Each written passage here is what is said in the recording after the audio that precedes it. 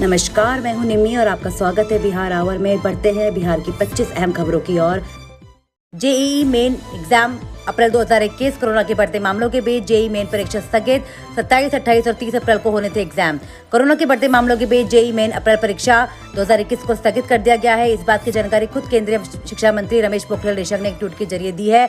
आपको बता दें कि जेईई मेन 2021 परीक्षा को 27, 28 और 30 अप्रैल को आयोजित किया जाना था। यह परीक्षा 2 पालियों में आयोजित होने वाली थी। निशंक ने ट्वीट में आगे लिखा कि जेईई मेन परीक्षा की नई तारीखों का ऐलान एग्जाम होने से कम 15 दिन पहले कर दिया जाएगा। डाक विभाग में 1421 ग्रामीण डाक सेवक पदों पर भर्ती। 21 अप्रैल तक करें अप्लाई। भारतीय डाक विभाग में सरकारी नौकरी पाने के इच्छुक उम्मीदवारों के लिए सुनहरा मौका है। इंडिया पोस्ट केरल सर्किल में ग्रामीण डाक सेवक में कुल 1421 पदों पर भर्ती निकाली है। इस भर्ती प्रक्रिया का हिस्सा बनने के लिए योग्य व इच्छुक उम्मीदवार विभाग की आधिकारिक वेबसाइट apppost.in पर विजिट कर आवेदन कर सकते हैं। इंडिया पोस्ट भर्ती 2021 में इन पदों के लिए आवेदन प्रक्रिया को फिर से खोल दिया गया है। उम्मीदवार 21 अप्रैल 2021 तक आवेदन कर सकते हैं। इन पदों के लिए 10वीं पास अभ्यर्थी ऑनलाइन आवेदन कर सकते हैं। अभ्यर्थियों को सलाह है कि पूरी भर्ती नोटिफिकेशन पढ़ने के बाद ही वे ऑनलाइन आवेदन करें। कोरोना केस इन बिहार में रोज टूट रहा रिकॉर्ड। पटना में मिले 1898 संक्रमित मरीज। पटना के 1898 समेत पूरे बिहार में पिछले 24 घंटे में 7870 संक्रमित मिले हैं, जो शुक्रवार को मिले 6253 संक्रमितों से 1617% अधिक है। यानी शनिवार को एक दिन में करीब 20.54% अधिक संक्रमित मिले हैं। वही मौतों की बात करें तो पटना में 11 समेत पूरे सूबे में 51 लोगों की जान चली गई। हालांकि स्वास्थ्य विभाग ने 34 मौतों की पुष्टि की है। Bihar corona update. अब 5 कंपनियों से बिहार को मिलेगी रेमडेसिविर दवा। स्वास्थ्य विभाग के प्रधान सचिव प्रत्यय अमृत ने शनिवार को बताया कि रेमडेसिविर दवा की खरीद को लेकर स्वास्थ्य विभाग के द्वारा बिहार मेडिकल आधारभूत संरचना विकास कंपनी लिमिटेड को निर्देश दे दिए गए हैं। उन्होंने बताया कि राज्य में अभी हेट्रो और सिप्ला कंपनियों द्वारा रेमडेसिविर इंजेक्शन की आपूर्ति की जा रही थी, लेकिन अब कैडिला मालसन व डॉक्टर रेड्डी कंपनी की रेमडेसिविर दवा की खरीद होगी। इसके लिए BMICL को संबंधित कंपनियों से बातचीत करने और खरीद करने का निर्देश दिया गया है। बिहार ने मक्के की उपज में अमेरिका को भी पीछे छोड़ा। भागलपुर सहित 7 जिलों में मक्का की उत्पादकता 50 क्विंटल प्रति एकड़ पहुंची। बिहार के 7 जिलों में मक्का ने मामले में अमेरिका के उन क्षेत्रों को पीछे छोड़ दिया है जहां की उत्पादकता विश्व में सबसे अधिक है। राज्य के इन जिलों में आज मक्का की उत्पादकता 50 क्विंटल प्रति एकड़ हो गई है। विश्व की सबसे अधिक उत्पादकता 48 क्विंटल प्रति एकड़ वाले से अमेरिकी क्षेत्र इलिनोइस, आयोवा और इंडियाना से सबसे अधिक है। हालांकि कुल उत्पादन के मामले में देश में ही बिहार दूसरे नंबर पर है। राष्ट्रीय फलक पर आए जिले। बिहार सरकार ने उत्पादकता का जिलावार आंकड़ा लिया तो चौंकाने वाले परिणाम सामने आए हैं। रिपोर्ट के अनुसार पूर्णिया, कटिहार, भागलपुर, मधेपुरा, सहरसा, खगड़िया और समस्तीपुर जिलों में औसत उत्पादकता 5 रुपये क्विंटल प्रति एकड़ है। यही सभी जिले मक्का उत्पादक के रूप में राष्ट्रीय फलक पर आ गए हैं। हालांकि वर्ष 2016 में ही मक्के की सर्वश्रेष्ठ उत्पादकता के लिए केंद्र सरकार ने बिहार को कृषि कर्मण पुरस्कार से नवाजा था। झारखंड की राज्यपाल द्रौपदी मुर्मू हुई कोरोना संक्रमित, अस्पताल में भर्ती। झारखंड में कोरोना से हालात बेहद से बदतर होते जा रहे हैं। यहाँ तक कि राजभवन और सीएम हाउस भी इसके दायरे में आ चुके हैं। राज्यपाल द्रौपदी मुर्मू कोरोना संक्रमित हो गई हैं। उन्हें मेडिका हॉस्पिटल में एडमिट कराया गया है। दरअसल राजभवन के कुछ स्टाफ कोरोना संक्रमित निकले थे, जिसके बाद राज्यपाल ने भी अपनी जांच करवाई और शनिवार को उनकी रिपोर्ट पॉजिटिव आई है। आशंका जताई जा रही है कि राजभवन के कुछ और कर्मचारी संक्रमित हो सकते हैं। इससे पहले शुक्रवार को सीएम हेमंत सोरेन के आवासीय कार्यालय के 5 कर्मचारी कोरोना संक्रमित पाए गए थे। शनिवार को रांची सिविल सर्जन की रिपोर्ट भी पॉजिटिव आई। कोविड-19 अपडेट। झारखंड में कोरोना के 3838 नए केस, 30 लोगों की मौत। रांची के हालात खराब। झारखंड में कोरोना वायरस का कहर जारी है। पिछले 24 घंटे में 3838 नए संक्रमित मिलने और 30 लोगों की मौत से हड़कंप मच गया है। इसके साथ ही राज्य में कोरोना संक्रमितों की संख्या बढ़कर 1,58,953 हो गई है। हालांकि इस समय राज्य में सबसे ज्यादा हालात राजधानी रांची में है। इस समय यहाँ न सिर्फ अधिक केस आ रहे हैं, बल्कि मरने वालों का आंकड़ा भी रिकॉर्ड बनकर बढ़ता जा रहा है। झारखंड सचिवालय में मात्र 50% कर्मचारी से काम चलाएगी सरकार। सीनियर अधिकारियों को उपस्थिति अनिवार्य। कोरोना को देखते हुए उठाया कदम। पिछले 1 सप्ताह के अंदर झारखंड सचिवालय ने अधिकारियों और कर्मचारियों के लगातार कोरोना संक्रमित होने के बाद फिर से एक बार रोस्टर प्रक्रिया की शुरुआत की है। राज्य के मुख्य सचिव सुखदेव सिंह ने आदेश जारी करते हुए झारखंड मंत्रालय और इसके संलग्न कार्यालयों में 50% उपस्थिति का मापदंड तय किया है। Bihar corona news. बिहार में कोविड मरीजों के इलाज के लिए फीस तय। निजी अस्पतालों पर कसेगी नकेल। सरकार के आदेश के मुताबिक ए श्रेणी के जिलों में आइसोलेशन बेड के 10,000 रुपए लगेंगे, जबकि बिना वेंटिलेटर आईसीयू के 15,000 और वेंटिलेटर के साथ आईसीयू का 18,000 रुपए चार्ज देना होगा। वहीं अलग से पीपीई के लिए 2,000 रुपए तय किए गए। इस तरह 20 श्रेणी के अस्पतालों में आइसोलेशन का 8,000 रुपया, बिना वेंटिलेटर आईसीयू का 12,000 और वेंटिलेटर के साथ आईसीयू को 14,400 रुपए शुल्क देना होगा। बड़ी खबर। मंगलवार शाम तक हो सकती है लालू यादव की रिहाई। दिल्ली एम्स के सीधे आ सकते हैं पटना।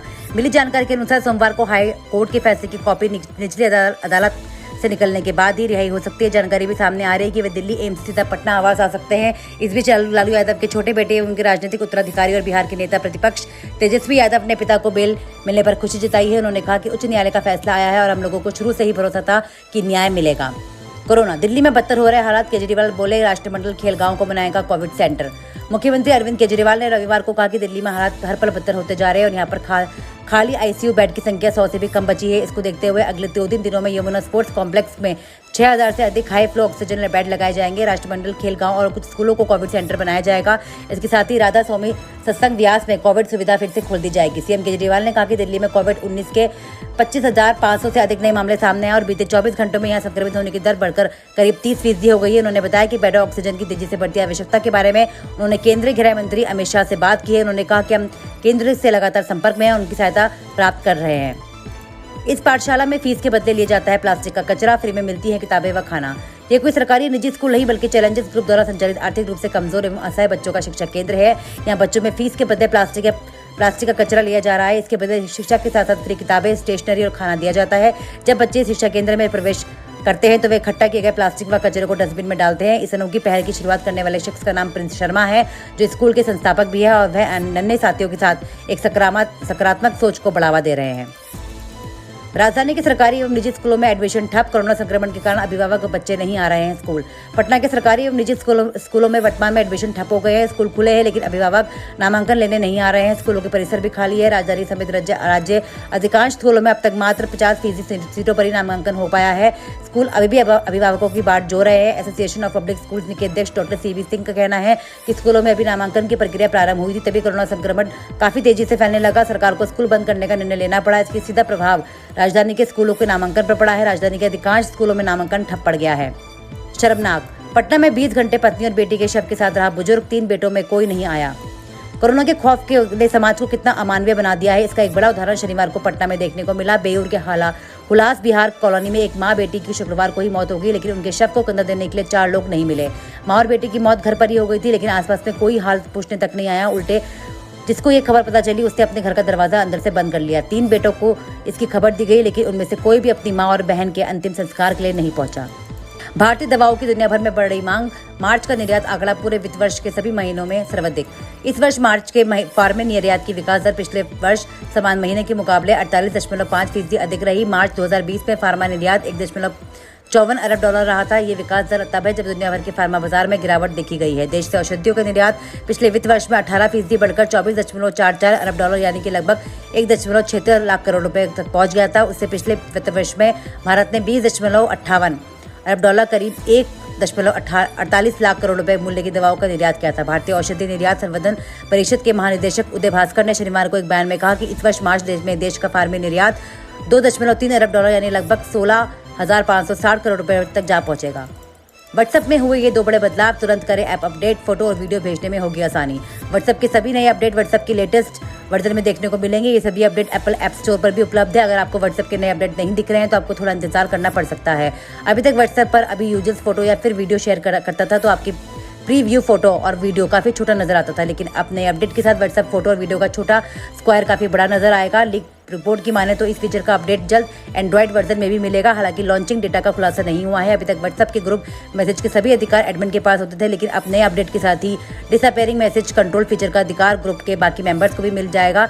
हालांकि किस व्यक्ति को ग्रुप में जोड़ना है और किस व्यक्ति को ग्रुप से हटाना है, ऐसे सभी अधिकार एडमिन के पास ही रहेंगे।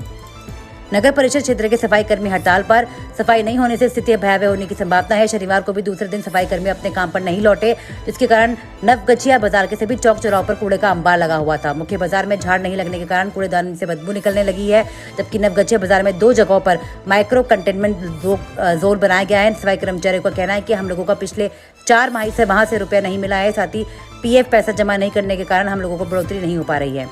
बिहार में फर्जी आईपीएस गिरफ्तार, युवाओं को नौकरी दिलाने के नाम पर करोड़ों रुपए ठगे। नौकरी दिलाने का झांसा देकर युवाओं को ठगी करने वाले फर्जी आईपीएस की पुलिस ने गिरफ्तार कर लिया है। नौकरी दिलाने के लिए दर्जन युवकों को करोड़ों रुपए ठग चुका है। उसके पास से नकली वर्दी, नकली पिस्तौल, फर्जी नियुक्ति पत्र समेत कई आपत्तिजनक सामान बरामद किए गए हैं। सदर डीएसपी डॉक्टर शिबला नोमानी ने बताया कि शिकायत के बाद पुलिस ने दीपनगर थाना क्षेत्र के क्योरे क्षेत्र के निवासी राजकुमार चौधरी के पुत्र सुजीत कुमार को गिरफ्तार किया गया। इस कागजी मोहल्ला स्थित किराए के कमरे से रुपए लेते पकड़ा गया। वह युवाओं को नौकरी लगाने का झांसा देता था, बाद में फर्जी नियुक्ति पत्र थमाकर गायब हो जाता था। उसके पकड़े जाने के बाद 1 दर्जन युवक युवतियां उसकी शिकायत करने के लिए थाना पहुंच चुके हैं। इंसानियत जिंदाबाद। प्लाज्मा डोनेट करने के लिए शख्स ने रोजा तोड़ा, कहा इंसानी फर्ज निभाया। एक और जहां पूरे कोरोना के दर पर इंसानियत भी दम तोड़ती नजर आ रही है, वहीं दूसरी ओर कुछ ऐसे भी लोग हैं जो अपने धर्म और इबादत को दरकिनार कर मानवता का फर्ज निभा रहे हैं। कोरोना वायरस न भारत समेत पूरी दुनिया में नाक में दम कर दिया है। चारों और लोग खुद को अपने और अपनों को बचाने की जद्दोजहद में लगे हैं। दरअसल 32 वर्षीय अकील मंसूरी पाक महीने रमजान में बुधवार को रोजा तोड़कर 2 महिला कोरोना मरीजों को प्लाज्मा डोनेट किया। मंसूरी पिछले साल सितंबर में कोरोना वायरस से ठीक हुए थे। अब अकील को सोशल मीडिया के द्वारा पता चला कि 36 वर्षीय निर्मला और 30 वर्षीय अलका को प्लाज्मा की जरूरत है, तो वे तुरंत अस्पताल पहुंचे और खुद प्लाज्मा दान करने के लिए आगे आए। पटना के बाद अब मगध में मौत का तांडव। गया में भर्ती मरीजों में से 5 की मौत, 1 लाश की पहचान गुम। नालंदा में नूरसराय के युवा बीडीओ की भी गई जान। पटना के बाद मगध में कोरोना आउट ऑफ कंट्रोल हो गया है। संक्रमितों का आंकड़ा तेजी से बढ़ा है। मौतों की संख्या भी उसी रफ्तार से। गया के मगध मेडिकल कॉलेज अस्पताल में भर्ती कोरोना संक्रमित 5 मरीजों की मौत हो गई। हद तो ये हो गई कि अस्पताल प्रशासन 5 मरीजों की मौत की खबर को छुपाता रहा। एक मृतक की पहचान नहीं हो सकी, उसका शव परिजनों को नहीं सौंपा गया। उधर सीएम नीतीश कुमार के गृह जिले नालंदा में नूरसराय के युवा बीडीओ राहुल चंद्रा की कोरोना के कारण मौत हो गई है। 19 अप्रैल का इतिहास, जब भारत ने लॉन्च किया था अपना पहला उपग्रह आर्यभट्ट। अंतरिक्ष के क्षेत्र में भारत को आज एक महाशक्ति के रूप में देखा जाता है और हाल ही में भारत ने अंतरिक्ष में सटीकता के साथ लक्ष्य भेदने की क्षमता हासिल करने का एक बड़ा कारनामा अंजाम दिया था।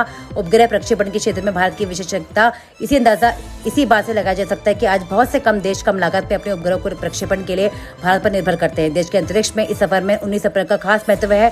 दरअसल यही वे दिन है जब भारत रूस की मदद से अपना पहला उपग्रह आर्यभट्ट लॉन्च कर अंतरिक्ष युग में दाखिल हुआ। यह भारत का पहला वैज्ञानिक उपग्रह था। मध्य प्रदेश शहडोल मेडिकल कॉलेज में ऑक्सीजन का टोटा, 12 कोरोना मरीजों का दम टूटा। मध्य प्रदेश के शहडोल मेडिकल कॉलेज में ऑक्सीजन की किल्लत मची है। इस कारण यहाँ भर्ती मरीजों की जान पर बन गई है। अब तक 12 मरीज दम तोड़ चुके हैं। हालांकि शहडोल के डीएम का कहना है कि ये मौतें ऑक्सीजन की कमी से चलते नहीं हुई है। वहीं मेडिकल कॉलेज के डीन ने इससे पहले कंफर्म किया कि मौतें ऑक्सीजन की कमी के चलते हुई। खाना खाकर सुलाया था, सुबह जान चली गई। एक मृतक के परिजन ने कहा, हमने अपने मरीज को भोजन खिलाकर सुलाया था, उसके बाद सुबह पता चला कि उसकी जान चली गई। इस बारे में हमने गार्ड से पूछा तो गार्ड ने बताया कि ऑक्सीजन की कमी के चलते यहाँ मरीज मर रहे हैं। हमारे एक अपने को यही लापरवाही खा गई। खत्म हो विवाद, ईवीएम से ही होगा बिहार पंचायत चुनाव। विधानसभा वाली M2 ईवीएम से होगा चुनाव। 6 पदों के लिए हर बूथ पर होगी अलग अलग ईवीएम। बिहार पंचायत चुनाव विधानसभा चुनाव में इस्तेमाल हुई M2 ईवीएम से होगा। राज्य निर्वाचन आयोग ने आज इससे जुड़ा आधिकारिक बयान जारी कर दिया है। M2 EVM single post EVM है। त्रिस्तरीय पंचायत चुनाव में 6 पदों के लिए हर बूथ पर 6 अलग अलग ईवीएम का इस्तेमाल होगा। बिहार पंचायत चुनाव के लिए बनने वाले अनुमानित 1,20,000 बूथों के लिए राज्य निर्वाचन आयोग को लगभग 7 से 8 लाख ईवीएम की जरूरत होगी। भारत निर्वाचन आयोग ने राज्य निर्वाचन आयोग को ईवीएम उपलब्ध कराने का जिम्मा दिया है। रोहिणी का रोजा, तेजस्वी की बाबाधाम यात्रा सफल। जमानत के बाद तुरंत एक्टिव हुई रोहिणी, लिखा शेर लालू आया। कोरोना के डर से घर बैठे समर्थकों ने यही लगाया नारे। राजद अध्यक्ष लालू प्रसाद को आखिरकार बड़ी राहत मिल गई है। रांची हाईकोर्ट ने कुछ शर्तों के साथ लालू प्रसाद यादव को चारा घोटाले के एक मामले में शनिवार को जमानत दे दी है। लालू प्रसाद की जमानत के लिए पूरे परिवार के लोग पिछले कई दिनों से पूजा अर्चना कर रहे थे। बड़े पुत्र तेज प्रताप यादव ने वृंदावन के पंडितों को बुलाकर अपने आवास पर भागवत कथा का आयोजन करवाया था। छोटे बेटे तेजस्वी यादव ने बाबाधाम ने भोलेनाथ की पूजा की थी। गुवाहाटी में मां कामाख्या के मंदिर भी गई थे। बेटी रोहिणी तो रोजा रख ही रही थी। जैसे ही लालू प्रसाद को जमानत मिलने की खबर आई, रोहिणी ने सोशल मीडिया पर लिखा, देखो देखो शेर लालू, जहरीला परवरिश वालों का मुंह काला हुआ। इधर पटना में तेजस्वी यादव ने मीडिया को बात करते हुए कहा कि हम सभी को इस दिन का इंतजार था। लालू जी को जमानत मिल गई, इस अदालत का धन्यवाद करते हैं। हमें उनको जमानत मिलने की खुशी तो है, लेकिन लालू जी के स्वास्थ्य को लेकर चिंता भी है।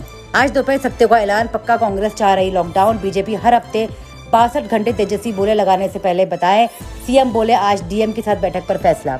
बिहार के राज्यपाल ने कोरोना से बिगड़ते हालात को देखते हुए शनिवार को सर्वदलीय बैठक बुलाई, जिसमें सीएम नीतीश कुमार, नेता प्रतिपक्ष तेजस्वी यादव समेत दलों के सभी प्रमुख नेताओं को बुलाया गया। वीडियो कॉन्फ्रेंसिंग के माध्यम से हुई इस बैठक में सभी दलों ने इस हालात को लेकर अपने अपने सुझाव दिए। प्रतिपक्ष के नेता तेजस्वी यादव ने 30 सुझाव दिए तो बीजेपी के वीकेंड लॉकडाउन लगाने की बात कही। वहीं बिहार के सीएम नीतीश कुमार ने कहा कि राज्यपाल के आमंत्रण पर अब सभी पार्टियों को मीटिंग हुई थी।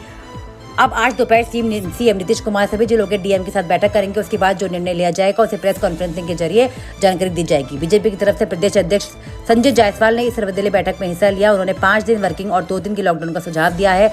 कहा है कि शुक्रवार शाम 6 बजे से सोमवार सुबह 8 बजे तक पूर्ण लॉकडाउन कर दिया जाए। उन्होंने बच्चों को संक्रमण से बचाने के लिए 18 अप्रैल से 1 जून तक गर्मी की छुट्टी देने का सुझाव भी दिया है। उत्तर बिहार के बेतिया, बंदीपुरा, दरभंगा जैसे जिलों में कोविड से निपटने के लिए एक भी डेडिकेटेड अस्पताल नहीं है। इस तरफ अस्पताल बनाने का सुझाव भी दिया गया है। सभी विभागों में चिकित्सकों की DCH में तैनाती की जाए। आज की खबरों में इतना ही। कल की खबरों के लिए हमारे साथ जुड़े रहें। चैनल को सब्सक्राइब करना ना भूलें। सुरक्षित रहें, स्वस्थ रहें। धन्यवाद।